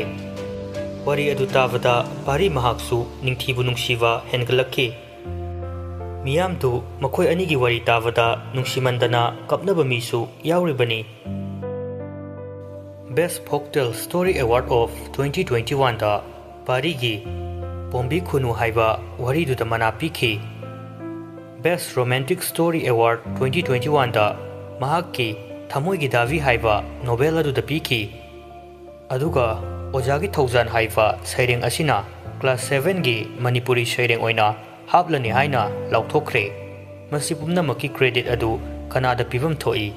ꯅꯨꯃꯤꯠ ꯑꯗꯨ ꯍꯔꯥꯎ ꯇꯌꯥꯝꯅ ꯃꯈꯣꯏ ꯑꯅꯤꯃꯛ ꯄꯨꯡꯄꯦꯟ ꯍꯦꯛ ꯄꯦꯟꯈꯤ ꯑꯁꯨꯝꯅ ꯌꯨꯝꯗ ꯍꯜꯂꯛꯂꯦ ꯅꯨꯃꯤꯗꯥꯡꯒꯤ ꯃꯇꯝ ꯑꯣꯏꯔꯛꯂꯦ ꯆꯥꯛ ꯏꯁꯤꯡ ꯆꯥꯕ ꯇꯣꯛꯂꯕ ꯃꯇꯨꯡꯗ ꯄꯥꯔꯤ ꯃꯥꯒꯤ ꯃꯜꯂꯕ ꯇꯦꯕꯜ ꯑꯗꯨꯗ ꯉꯁꯥꯏ ꯅꯤꯡꯊꯤꯅ ꯃꯥꯕꯨ ꯅꯨꯡꯁꯤꯕꯤꯕ ꯎꯠꯂꯤꯕꯗꯨ ꯄꯦꯜꯂꯗꯨꯅ ꯃꯁꯥꯗꯤ ꯈꯪꯗ ꯅꯤꯡꯊꯤꯒꯤ ꯋꯥꯈꯜꯗ ꯄꯤ ꯇꯥꯔꯛꯄ ꯈꯪꯍꯧꯗꯦ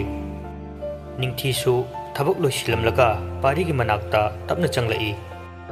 ꯑꯌꯥ ꯀꯩꯒꯤꯅꯣ ꯄꯤ ꯑꯃꯨꯛ ꯇꯥꯔꯝꯂꯤꯁꯤꯕꯣ ꯁꯦ ꯇꯣꯛꯑꯣꯕ ꯁꯦ ꯇꯩꯊꯣꯛꯄꯤꯒꯦ ꯄꯥꯔꯤꯅ ꯑꯩꯕꯨ ꯄꯤ ꯇꯥꯈ꯭ꯔꯕꯅꯦ ꯅꯤꯡꯊꯤ ꯃꯣꯃꯣꯟ ꯃꯤꯅꯣꯛꯀ ꯂꯣꯏꯅꯅ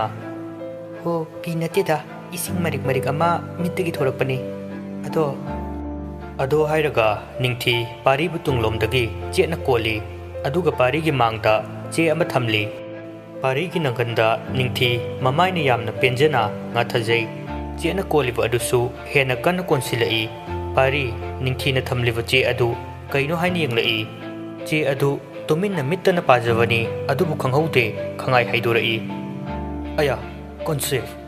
ꯊꯥ 3 ꯁꯨꯔꯦꯕ ꯉꯁꯤꯒꯤ ꯃꯇꯧꯁꯤ ꯈꯪꯗꯦ ꯅꯨꯡꯉꯥꯏꯕꯒꯤ ꯅꯨꯡꯉꯥꯏꯕ ꯉꯥꯛꯇ ꯇꯥꯔꯨꯕ ꯄꯥꯎ ꯈꯨꯗꯤꯡꯃꯛ ꯑꯄꯦꯟꯕꯒꯤ ꯑꯄꯦꯟꯕ ꯉꯥꯛꯇ ꯉꯁꯤ ꯊꯃꯣꯏꯗ ꯄꯦꯜꯂꯤꯕ ꯑꯁꯤ ꯇꯨꯡꯒꯤ ꯔꯤꯖꯜ ꯅꯪ ꯍꯥꯏꯕ ꯉꯝꯕ꯭ꯔꯥ ꯈꯪꯗꯦ ꯏꯁꯣꯔꯒꯤ ꯊꯧꯁꯤꯟ ꯌꯦꯡꯂꯁꯤ ꯄꯥꯔꯤꯁꯨ ꯃꯥꯅ ꯊꯥꯈꯤꯕ ꯂꯣꯟꯒꯤ ꯑꯔꯦꯝꯕ ꯑꯦꯃꯥꯎꯟꯠꯁꯤꯡ ꯑꯗꯨ ꯐꯪꯂꯝꯃꯤ ꯑꯗꯨꯒꯤ ꯃꯇꯨꯡꯗ ꯃꯥꯅ ꯂꯩꯀꯥꯏ ꯑꯗꯨꯗ ꯂꯩꯔꯤꯕ ꯂꯥꯏꯔꯤꯛꯇꯤ ꯇꯝꯂꯒ ꯊꯕꯛ ꯐꯪꯍꯧꯗ꯭ꯔꯕ ꯃꯤꯁꯤꯡꯕꯨ ꯊꯕꯛ ꯄꯤꯕ ꯑꯣꯏꯅ ꯃꯁꯥꯒꯤ ꯂꯝ ꯈꯔ ꯂꯩꯁꯤꯜꯂꯤ ꯑꯗꯨꯒ ꯁꯥ ꯉꯥꯇꯅ ꯊꯜꯂꯕ ꯁꯥ ꯉꯥꯒꯤ ꯂꯩꯀꯣꯜ ꯑꯃ ꯁꯦꯝꯈꯤ ꯃꯥꯒꯤ ꯂꯧꯄꯨꯗꯨꯒꯤ ꯂꯧꯐꯝꯗꯅ ꯃꯇꯝꯒꯤ ꯑꯣꯏꯕ ꯍꯦꯟꯖꯥꯡ ꯅꯥꯄꯤ ꯂꯦꯞꯇꯅ ꯄꯨꯊꯣꯛꯂꯦ ꯑꯗꯨꯒ ꯃꯁꯥꯒꯤ ꯂꯝ ꯑꯗꯨꯗꯅ ꯁꯪꯒꯣꯝ ꯌꯦꯔꯨꯝ ꯑꯃꯗꯤ ꯃꯁꯥꯒꯤ ꯆꯥꯅꯕ ꯁꯥ ꯉꯥ ꯃꯌꯥꯝ ꯑꯃ ꯑꯋꯥꯠꯄ ꯂꯩꯍꯟꯗꯅ ꯄꯨꯊꯣꯛꯂꯤ ꯉꯁꯤ ꯃꯅꯤꯄꯨꯔꯗ ꯂꯩꯔꯤꯕ ꯂꯥꯏꯔꯤꯛ ꯂꯥꯏꯁꯨ ꯍꯩꯔꯕ ꯃꯤꯑꯣꯏ ꯀꯌꯥꯃꯔꯨꯝ ꯊꯕꯛ ꯐꯪꯗꯕꯒꯤ ꯑꯋꯥꯕ ꯅꯪꯂꯤꯕꯁꯤ ꯅꯪꯐꯝ ꯊꯣꯛꯇꯕ꯭ꯔꯥ ꯍꯥꯏꯅ ꯈꯜꯂꯤ ꯍꯧꯔꯛꯂꯤꯕ ꯃꯤꯑꯣꯏꯁꯤꯡꯅ ꯂꯥꯏꯔꯤꯛ ꯇꯝꯂꯤꯕꯅꯤ ꯍꯥꯏꯗꯨꯅ ꯇꯝꯂꯤꯕ ꯂꯥꯏꯔꯤꯛ ꯑꯗꯨ ꯆꯨꯝꯇ꯭रिꯡ ꯇꯝꯂꯤ ꯀꯔꯤꯒꯤ ꯑꯁꯥ ꯑꯃꯗ ꯀꯔꯝꯕ ꯑꯁꯥ ꯃꯣꯏꯅ ꯇꯝꯂꯤꯕ ꯂꯥꯏꯔꯤꯛ ꯑꯁꯤ ꯒꯣꯚꯔꯟꯃꯦꯟꯠ ꯖꯣꯕꯀꯤꯗꯃꯛꯇꯅꯤ ꯑꯩꯒꯤ ꯃꯣꯠꯇꯗꯤ ꯂꯥꯏꯔꯤꯛ ꯇꯝꯕꯁꯤ ꯃꯇꯝ ꯃꯥꯡꯍꯟꯗꯅ ꯇꯝꯂꯕꯗꯤ ꯃꯁꯥꯅ ꯃꯁꯥꯕꯨ ꯊꯕꯛ ꯄꯤꯖꯕ ꯑꯗꯨꯝ ꯉꯝꯒꯅꯤ ꯍꯥꯏꯅ ꯈꯜꯂꯤ ꯈꯨꯗꯝ ꯑꯣꯏꯅ ꯍꯥꯏꯔꯕꯗ ꯂꯥꯏꯔꯤꯛ ꯂꯥꯏꯁꯨ ꯍꯩꯕ ꯑꯌꯥꯝꯕꯅ ꯑꯃꯣꯠ ꯑꯀꯥꯏꯒꯤ ꯊꯕꯛꯁꯤ ꯀꯌా ꯇꯧꯅꯤꯡꯗꯦ ꯃꯁꯥꯅ ꯍꯩꯔꯨꯔꯤꯕ ꯃꯍꯩꯒꯤ ꯊꯥꯛ ꯑꯗꯨꯒ ꯃꯥꯅ ꯇꯧꯔꯤꯕ ꯊꯕꯛ ꯑꯗꯨꯒ ꯆꯥꯅꯕ ꯄꯥꯝꯃꯤ ꯃꯁꯤꯅꯅꯤ ꯍꯧꯖꯤꯛ ꯃꯅꯤꯄꯨꯔꯗ ꯊꯕꯛ ꯐꯪꯗꯕꯒꯤ ꯑꯋꯥꯕ ꯅꯪꯂꯤꯕ ꯑꯁꯤ ꯒꯣꯚꯔꯟꯃꯦꯟꯠ ꯖꯣꯕꯀꯤ ꯊꯕꯛꯅ ꯃꯤꯑꯣꯏ ꯂꯤꯁꯤꯡ 10-30 ꯈꯛꯇꯒꯅꯤ ꯑꯗꯨꯒ ꯊꯕꯛ ꯇꯥꯟꯅꯔꯤꯕ ꯃꯤꯁꯤꯡꯅ ꯂꯥꯛꯀꯤ ꯃꯊꯛꯅꯤ ꯃꯁꯤꯗ ꯊꯕꯛ ꯈꯜꯍꯧꯗ꯭ꯔꯕ ꯃꯤꯁꯤꯡꯗꯤ ꯀꯅꯥꯅ ꯊꯕꯛ ꯄꯤꯕꯤꯒꯅꯤ ꯃꯁꯥꯅ ꯄꯤꯖꯕ ꯇꯥꯕꯅꯤ ꯀꯔꯤꯒꯨꯝꯕ ꯂꯥꯏꯔꯤꯛ ꯇꯝꯕꯒ ꯆꯥꯅꯔꯛꯇ꯭ꯔꯕ ꯃꯁꯥꯗ ꯑꯣꯏꯔꯔꯣꯏ ꯈꯜꯂꯛꯂꯕ ꯃꯤꯀꯨꯞ ꯑꯗꯨꯗ ꯃꯁꯥꯅ ꯆꯥꯅꯕ ꯍꯥꯏꯕꯗꯤ ꯃꯁꯥꯅ ꯍꯩꯅꯕ ꯊꯕꯛ ꯑꯃꯗ ꯃꯁꯥꯕꯨ ꯄꯨꯖꯒꯗꯕꯅꯤ ꯑꯗꯨꯒ ꯃꯥꯅ ꯄꯥꯝꯂꯤꯕ ꯍꯤꯔꯝ ꯑꯗꯨꯗ ꯍꯩꯊꯣꯏ ꯁꯤꯡꯊꯣꯏꯕ ꯑꯣꯏꯗꯨꯅ ꯃꯁꯥꯒꯤ ꯊꯕꯛ ꯃꯁꯥꯅ ꯄꯤꯖꯒꯗꯕꯅꯤ ꯃꯤꯑꯣꯏꯕ ꯑꯩꯈꯣꯏꯁꯤ ꯀꯜꯂꯛꯄ ꯇꯝꯊꯤꯔꯕ ꯂꯩꯅꯥ ꯑꯁꯤꯗꯒꯤ ꯅꯥꯟꯊꯣꯛꯄ ꯉꯝꯂꯕꯗꯤ ꯃꯤꯑꯣꯏꯕ ꯃꯁꯦꯟ ꯅꯨꯡꯁꯤ ꯆꯥꯟꯅꯅ ꯂꯩꯒꯗꯕꯅꯤ ꯄꯥꯔꯤꯒꯤ ꯌꯥꯏꯐꯕ ꯑꯐꯕ ꯑꯣꯏꯔꯛꯄ ꯃꯇꯝ ꯑꯁꯤꯗ ꯀꯜꯂꯛꯇꯕ ꯃꯤ ꯂꯩꯇꯕ ꯅꯠꯇꯦ ꯄꯥꯔꯤ ꯏꯟꯗꯤꯌꯟ ꯒꯣꯚꯔꯟꯃꯦꯟꯠꯅ ꯖꯨꯅꯤꯌꯔ ꯐꯥꯔꯃꯔ ꯑꯦꯋꯥꯔꯗ 2021 ꯆꯍꯤ ꯑꯁꯤꯗ ꯑꯗꯨꯃꯛ ꯃꯉꯣꯟꯗ ꯐꯪꯈꯤ ꯄꯥꯔꯤꯒꯤ ꯃꯃꯥꯟꯅꯕꯁꯤꯡꯒꯤ ꯃꯔꯛꯇꯁꯨ ꯄꯥꯔꯤꯕꯨ ꯌꯦꯡꯁꯤꯟꯕ ꯍꯧꯔꯛꯂꯦ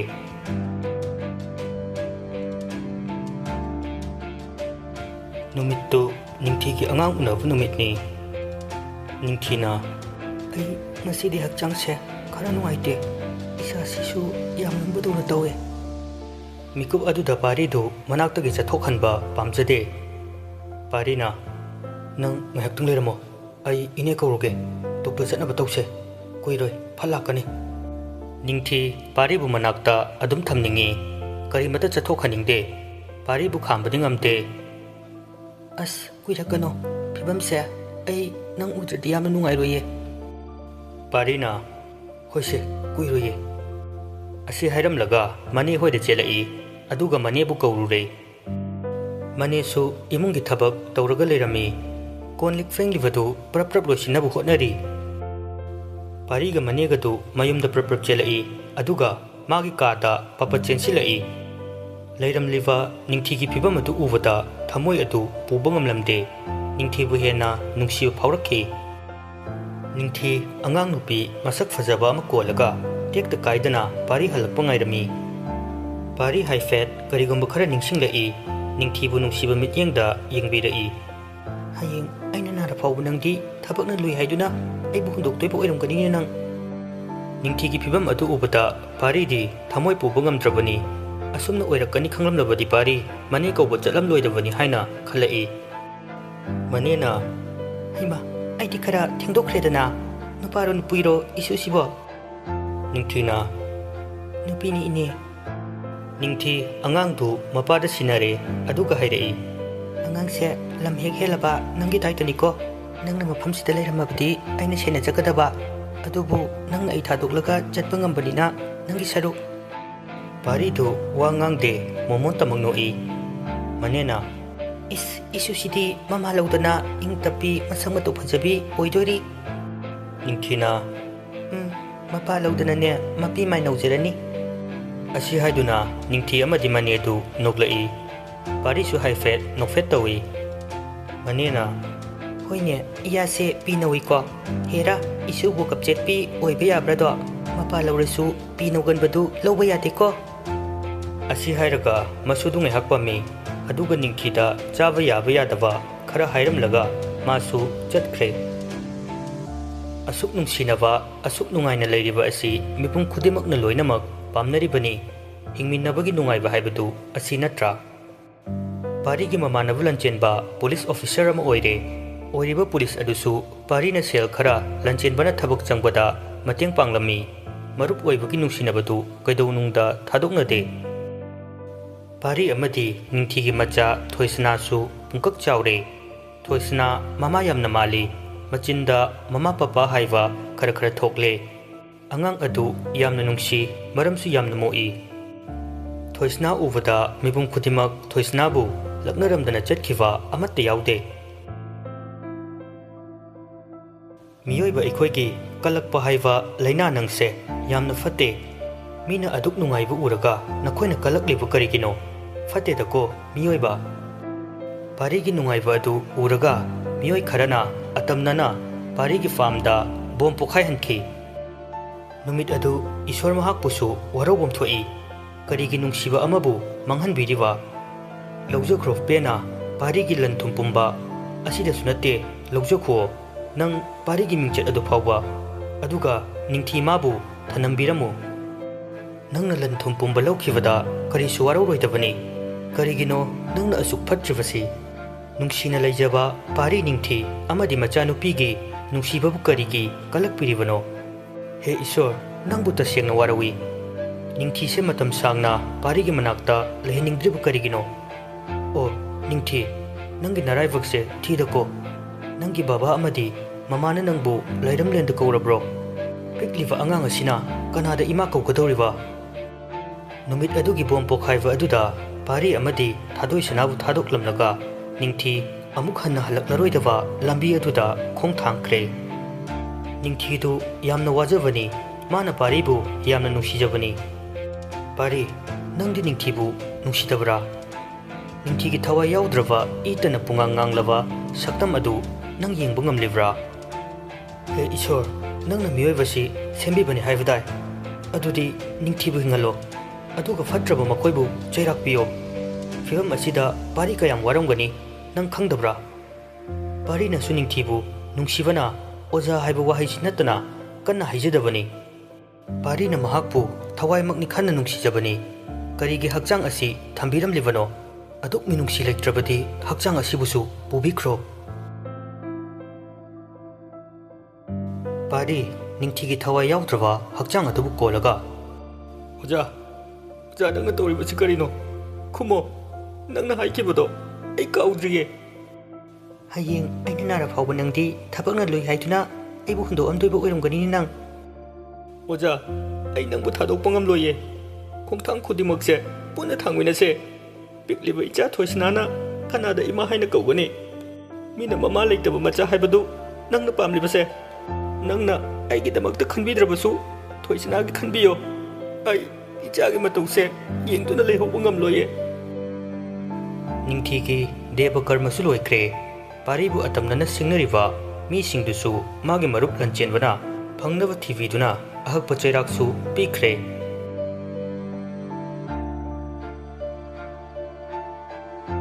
नोंमा पारीगी मंगलानता निंथिदु मसेन मरांग ओइना लाकलम्मी अदुगा यामना कपलदुना हाइरकलम्मी नंग अइबु हरौब्रो नंगी नफमदा अइ धाबी अमखक्ता तानगे असि नंगना थुंगनबिरओ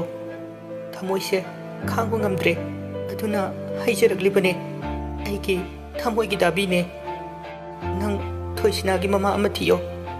इचा थोइसनागी मतौ अइ येंगबा ngamdre अइना निरिबा दाबी असि पिपिरबदि अइ मफम असिदा नुंगाइना लैबा सक्चरगे असि हाइरमलगा मसेंग मरांग ओइना उरमलिबा निंथिगी सक्तम अदु मांख्रे मतम खरगी मतुंगदा थोइसनासु स्कूल चटपा हौरे अनकपा स्कूल अमदा महाक नर्सरी तमले पारी थोइसनाबु स्कूल थिलमलगा हलकपदा लंबीदा नुंगोनवी थेंगनखी नुंगोनवी पारीना लुहोंखिबा मतुंगदकी डिप्रेशन नादुना मतम सांगना लेरकलबनी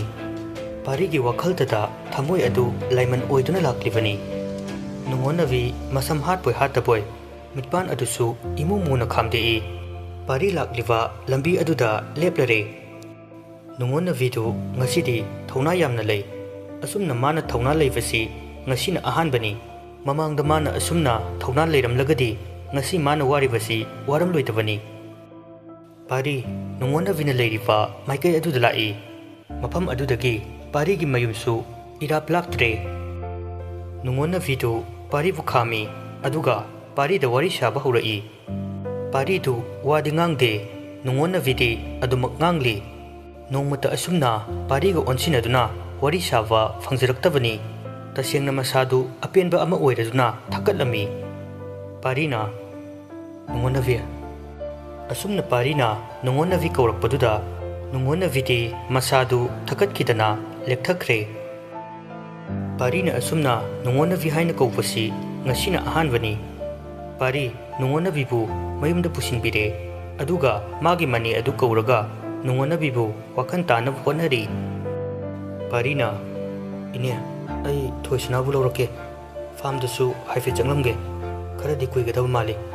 इने नुंगोनवीबु वखल ताद्रि फौबा निहाक यंबिरमु असि हाइरमलगा पारीदु थोख्रे मनेना इसिंग अइंगबना नुंगोनवीगी लवाइदा खर थाबिरमी असुमना नुंगोनवीदु वखन ताहले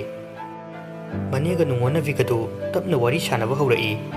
नुंगोनवीना अंगांग ओइरिङैदगी पारीबु नुंसिजबा अमदि पारीगिदमक्ता लोना मतेंग पांगफिखिबा कया अदुबु अमता चिथदना मनेदा लिरकलमी खंगहौदे मने अदुसु मिलु पिरांग अदु इहौरखि ngayhakki matungda पारी थोइसनाबु पमलगा मागी कार चंगलई